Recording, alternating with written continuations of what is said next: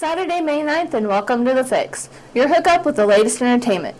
Today and every Saturday on The Fix, I'll answer your burning questions about the world of entertainment. This weekend, everybody's asking about Star Trek. So let's talk a little bit about this weekend's box office so far for the Star Trek film. It opened Thursday with $7 million and Friday with $24 million for an opening day total of $31 million.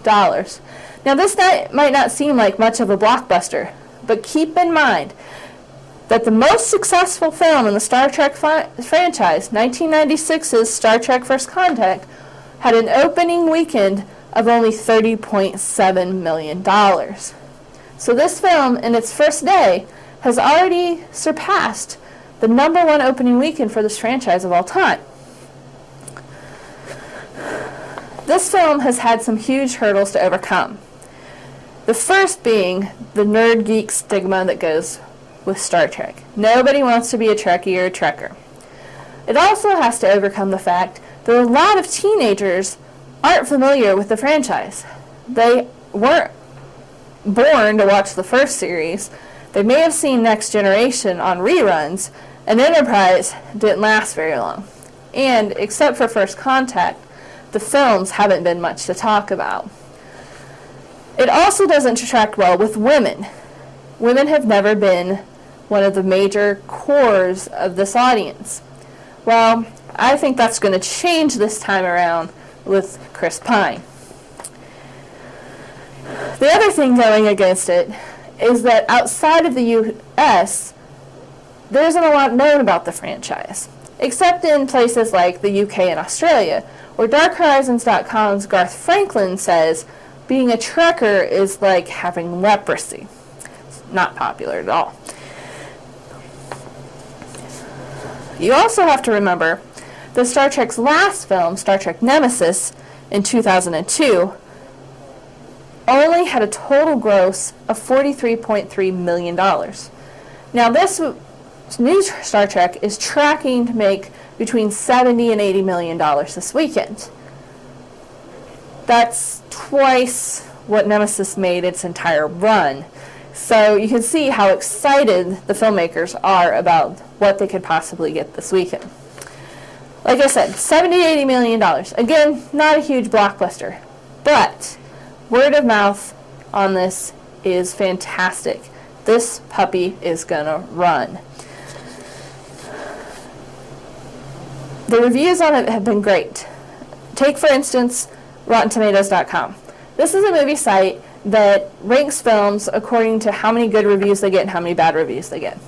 Well, Star Trek has a 96% fresh rating. Compare that with X-Men Origins Wolverine, it has a 38% rotten rating. Its 96% rating and its 8.1 out of 10 overall score puts it among things like Lord of the Rings, No Country for Old Men, and Good Night and Good Luck. Also on Metacritic, it has an 84 out of 100 ranking. This puts it among films like Children of Men, Milk, Mystic River, Volver, and The Insider. So like I said, buzz has been amazing. Who knows how far this film is going to go? The biggest run for a Star Trek film was First Contact, with a total run of $146 million. I think we should keep in mind Batman Begins. It only opened with about a $43 million opening weekend. It went on to make $205 million. Well, I don't know if Star Trek will get there. I think it will. But I think we should look at Batman Begins as what it did for the next film. Word of mouth was great.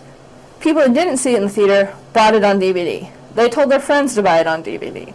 So by the time The Dark Knight came out, it was huge. This was the new Batman, and everybody had to see it.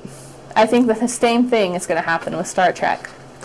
Before I go, I want to give you a few things you might be looking for in the film if you haven't seen it yet, or if you go to see it again. The first being a couple things from J. Abrams' past. The first is Slusho.